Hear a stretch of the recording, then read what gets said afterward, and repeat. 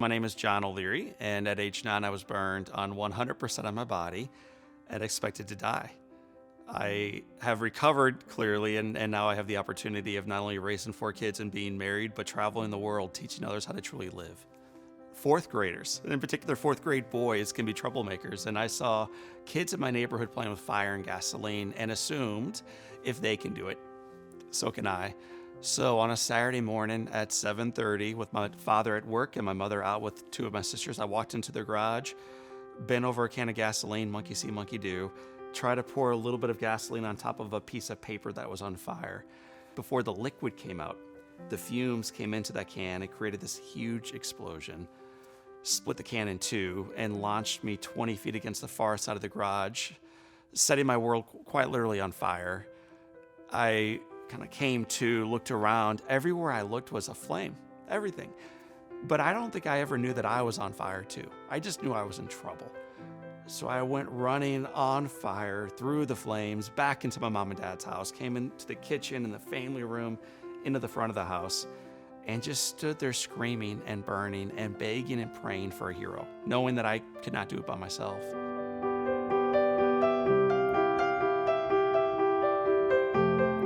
She walks right over to me. She takes my right hand in hers. The hand is still warm from the blaze. She pats my bald head and she says, "I love you." And I look up and I say, "Mom, knock it off with the love. Am I gonna die?" And I assumed she would say, "No, you're not gonna die. You're gonna be fine. We'll get you out of here today. We'll swing you through Steak and Shake on the way home." But instead, she gave me truth, Laura, which I think is so important. We give those we love and serve and lead in life a healthy dose of truth. She looked me right in the eyes and she said, "John, look at me. Do you want to die?" And I said, "Mama, I don't want to die. I want to live." And her response was, "Good. Then you take the hand of God. You walk the journey with him, but you fight like you never fought before. Your dad and I will be with you every step along the way. You're not going to be by yourself. But John, you've got to choose. You've got to fight."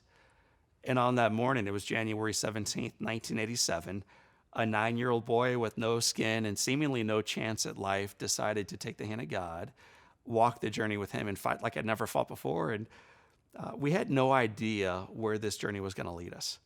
But we knew our part in it, Laura. We knew we were going to fight. And I think on day 1, that's always enough. We're going to fight. So I can't move my arms or my legs for 5 months. It's to control your contractions. It's also so you don't fight against all the machines tying you down and keeping you steady. But it meant I could not move. My lungs were burned. So they put a hole in my neck. It's called a trach. I can breathe now, but I can't eat or drink or talk. And so I'm totally cut off from the world. And the other challenge I face is my eyes are swollen shut, so I can't see. But I could feel and fear and be sad and mad and certainly in physical pain. I could also, in addition to all that negativity, dream, which is important. I think in this society we all live now, we've somehow lost the beauty of dreaming, just like dreaming. I could envision what tomorrow could look like. I could pray, which is important. I could reflect and meditate, and I could listen. And for a little boy who spent a lot of time in darkness and in pain, to hear the voice of staff and doctors and nurses, custodians, visitors, mom and dad, filling the darkness with light, for me, it made a profound difference. They weren't always there, but when they were there, it brought hope and opportunity and freedom into a day that frequently was without it. You had to have every day you'd have to get up and get your skin, almost every day, right? Peeled off, whatever skin was healing. Talk about that horrifically painful process. Yeah. So people understand, like, it's almost the days as your body's healing is the most painful part. Is that correct, of being a burn victim? That's exactly right. So oddly enough, when you have 3rd-degree burns, you don't feel a lot of pain on the part that's been burned because it's burned through those nerve endings. It's actually as you get healthier, as the skin becomes to rejuvenate, that's when you start feeling. So it's odd, but the first couple months in hospital were painful. But as I got better and better, they became much more painful going forward. And so what you're asking about is called a bandage change. Obviously, skin needs to breathe. You need to clean it every single day. It's like pulling off a bandage. Well, a bandage, you rip it off. What do you do if your entire body is wounded and damaged and broken? So what they do for me is they would lay me into a big stainless steel tub of water. It would take them 45 minutes to soak the little patient. They would remove very slowly the bandages. They would then have to clean this body, which was incredibly painful. They would raise me out of the water, and then for the final 45 minutes, remedicate and rewrap. It was a 2-hour process of pain that I don't think about frequently, and I don't talk about frequently because nothing really compares to it. It's incredibly agonizing. But what I remember most, Laura, from those days was as they were doing these treatments, as I would look around this little tub, 8, 9 people gathered around me, every single one of them was crying with me. And as a man, I look back on that with such gratitude that these people would take their jobs and their lives so seriously as to invest themselves fully into whoever was in front of them at that time. Like what a calling to recognize that we're doing mission work and we are responsible for saving a patient's life. So those tears, as a child looking up at them, I remember thinking, like, what are they crying about? I'm the one going through the bandage change. But as a guy now recognizing, wow, that's heroic, to lay down your life every single day for a cause greater than yourself. That's what these guys are doing. How did you get through the process of getting to know the new John and still loving him? So I'm still trying to figure out the new John and still loving him as an old guy seated across from me right now. And that's honesty. I'm being serious about that. But the beauty is, as a child, you don't even view something as new or old. You only view it as is. Like it is what it is. I wonder, had I been burned 5 years later, what would have happened? And I know it would have happened if I got burned 20 years later. I would have struggled mightily every single time I looked in the mirror or looked down at the new John. The beauty of being 9 years old when you're going through this is it's not the new John. It's just John. It's John. The ego hasn't stepped into the room quite yet. And so I wasn't able to look down and really regret what had happened to me. It just was me. And my dream was not to worry about what might happen, but what is and how long until I get home. How long until I get home. One thing that concerned me mightily, though, as a young guy, even at that age, was looking at my hands thinking, will any girl ever want to hold these? It wasn't a big deal, but it was a big deal for me at the time. Will anybody see beauty in my hands, in my body? And as I've aged through life, I found some people who run away from me. And that's okay. They may not run with their feet, but they're running with their hearts. And I've also found people who are motivated to come closer to me. And one of these is an individual named Elizabeth Grace. I met her in college. We were friends for 3 years. We dated for 3 years. We've been married for 16. And I'm amazed still, 20 years into our relationship now as a couple, that she's drawn to the wounds, that she sees beauty in the scars.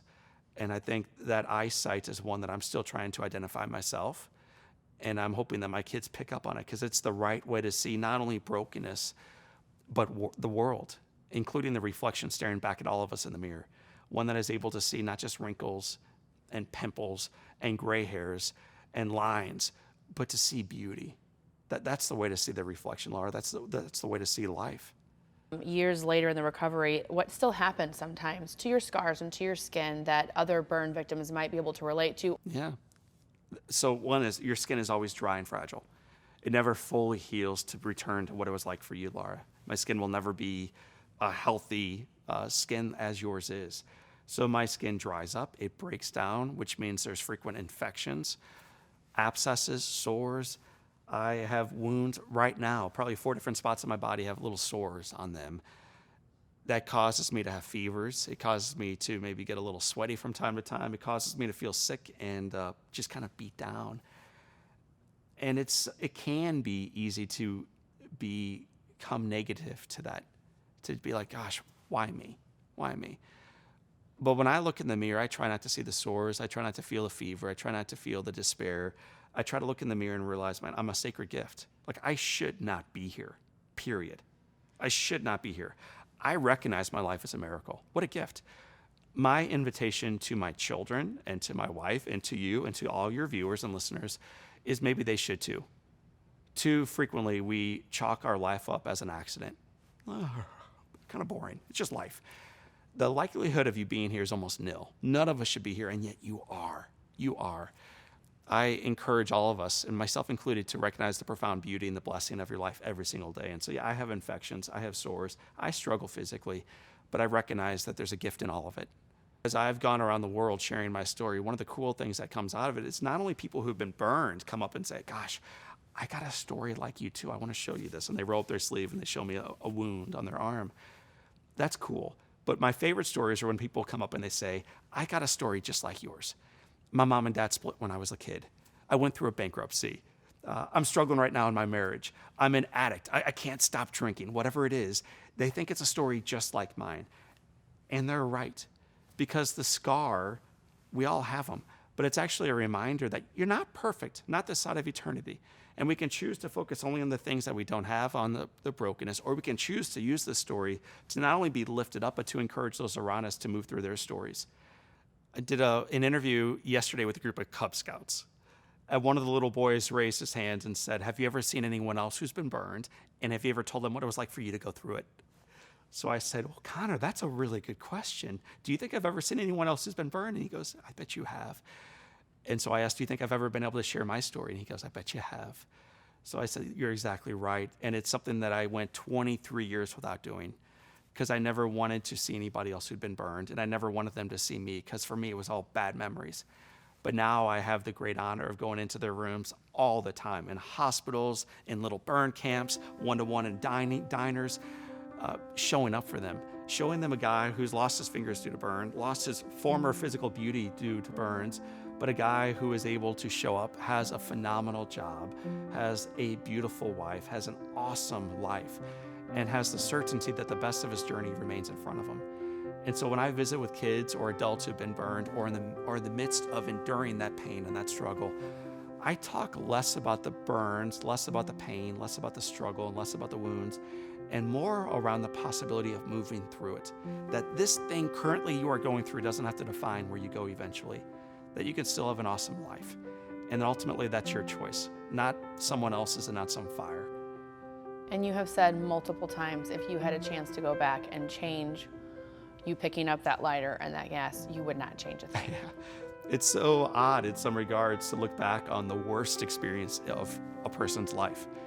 Being burned, ruining a house, pulling a family apart, losing your fingers, 5 months in hospital, years of therapy. And every single time, each morning I get out of bed in physical pain.